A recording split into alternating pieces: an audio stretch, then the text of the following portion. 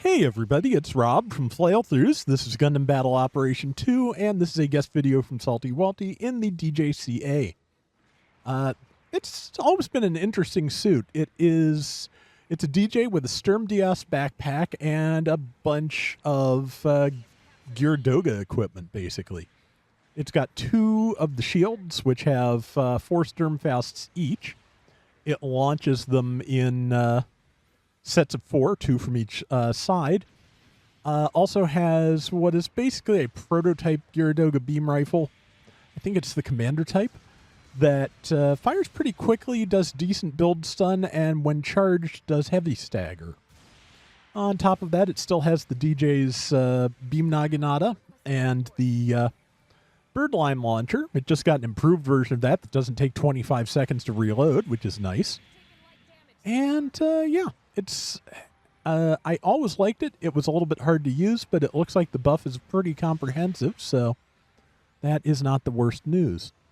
The beam pistols have also been reworked to fire faster, which is nice. And yeah, it looks like it should be fun. I ran it once or twice, didn't have a lot of luck, but that doesn't mean much of anything because some days I just don't. Today, Salty and I didn't have any luck after we were done recording next week's episode of Buffs because, yeah, it took us forever to get it round together. The round was not good. Our team composition was not favorable, and we just got swarmed by, like, Barbatos Lupuses the whole time. It was, and a Burning Gundam. It was an all-melee team, and we had 2 supports, which, yeah, on Resort City, so they didn't have a lot of room to operate to begin with. That was unpleasant. But also, yeah, after that, we just couldn't get a round together. I think it actually penalized me. My status is still good, but I did see some red text go by, so I think it counted one of the times it disconnected me as me disconnecting, which, you know, not fair, but also par for the course for GBO.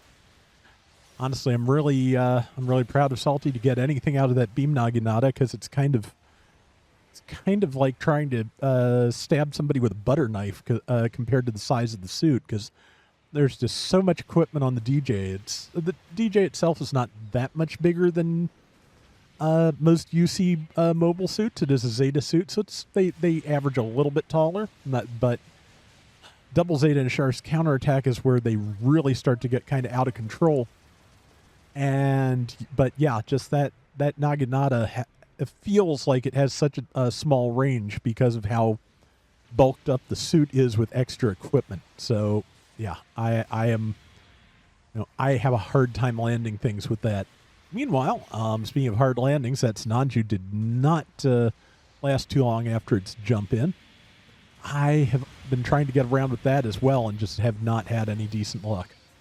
There was a Unicorn Hyper Mega Launcher, if I'm not mistaken. But yeah, this has a lot of good weapons. The Sturmfaust launcher is the only thing it can fire while boosting. Well, the Vulcans, of course, but yeah. Otherwise, only boost fireable weapon. And but the newly revised Birdlime launcher can be fired in the air, which is nice because I have tried to do that on other suits because no really good reason you shouldn't be able to, and just getting surprised by the inability is a problem a lot of times. Good use of the beam pistols there, because those will not stun allies while they move in. But yeah, I keep confusing this with another suit that got the ability to fire a lot of its weapons while boosting. The Sinanju, of course, always had it with the mobile shooting skill. That has not changed, but there's something else I keep forgetting. Did find out the other night that apparently the Gelgug Jaeger can fire its wrist beam gun while boosting when the release limiter is active. So that's a fun choice. I have not tried that yet, and that was always one of my favorites, so I really ought to.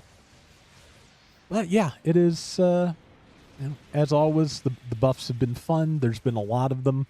There's still a lot more to do, as there will always be in a game with 500 mobile suits, where they do, let's see, this should be easy math, 160 they revise a year. They release what, at least 52, probably closer to 70 after clan matches and updated suits and higher levels and all that. And yeah, they revise 160 out of the growing pool. So yeah, always going to be behind the 8 ball on that one, frankly. But yeah, so far so good. About 3 minutes to go. Salty's team has the lead. And yeah, we will see what happens. I have a feeling a lot of the things we end up talking about in the Buffs videos aren't really going to get touched until November, because some of the things we've been talking about, especially lately, could really do with comprehensive overhauls as opposed to just touch-ups here and there. I don't know. The ground type beam rifle situation really does need addressed, but again, it touches so many things. I'm sure that is an awful lot of time and research to put in to make sure nothing breaks, which is a shame because, yeah, there's an awful lot of suits that suffer using that rifle at this point. So they may just have to break some of them off into separate categories, give them unique versions, but we will see what happens there. Okay, yep, Salty got up on the Super Gundam, so that was extremely short for it. Yeah, again, Super Gundam's really great until somebody gets to you. That is, the tail of the support, but it becomes more and more pronounced the farther up the tree you go. So I'll be interested to see what they ultimately decide to do with 750 supports. I'm going to assume that they're working that out as we speak, because I think the monthly buffs should be, I think, not this week, but next. So, yeah. Hopefully they've gotten enough data. I mean, I would not say no to trying out the F91 beam cannon version if good tackle. If, we get more situation battles while they prep all this, but, it's going to be interesting because, yeah, just like I said before, I feel like the type system is just outdated and probably just needs to go entirely if/when a Gundam Battle Operation 3 ultimately happens. Hoping it's a when, but honestly, like I've said before, I just hope GBO2 stays accessible because as much time and effort and honestly money I have put into this game, it would be a shame to lose it after all this. Still waiting for somebody to preserve GBO1 too. But anyway, the usual stuff. Let's see, yeah, can't send good work until the 10-second mark. I learned that myself the other day. But yeah, this one a little bit one-sided, but really nice work by Salty. So yeah, we will take that. Let's see what we got here. We have got. It's a good-looking suit. 6125. Yeah, so Salty scored like almost the entire enemy team's score by himself. Really nice. 7-1 and 128,000 damage. Very nice. So that is going to do it for today's Gundam Battle Operation 2. We will be back soon with more. Till next time, everybody take care and have fun. Later.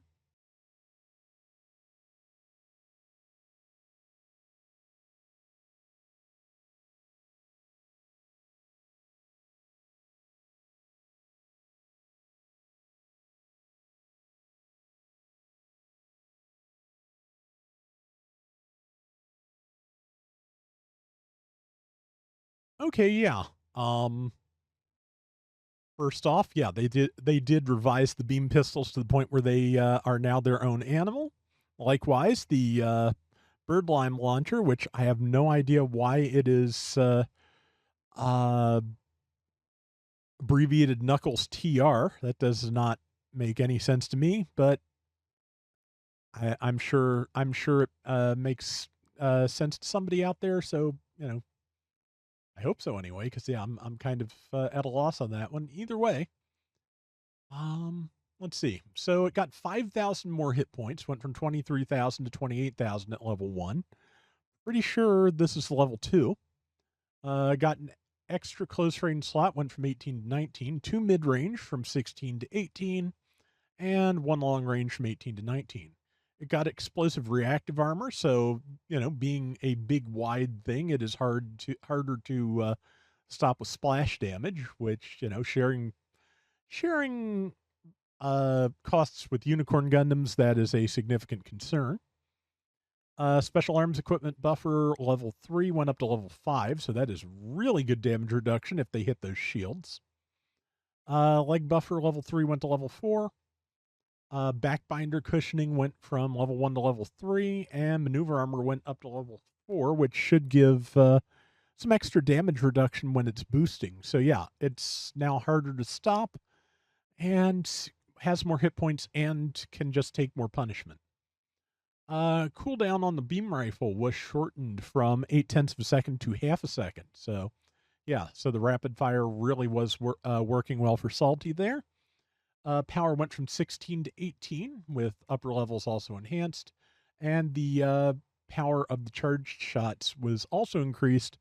And yeah, like I said, charged, it does heavy stagger, though it empties the magazine on the rifle, which is probably why the reload time was not shortened any.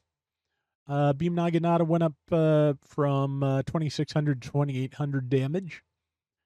And yeah, the Vulcans got more damage, went from 140 to 160, and higher build stun. Not bad. The beam pistols do 600 per shot instead of 500.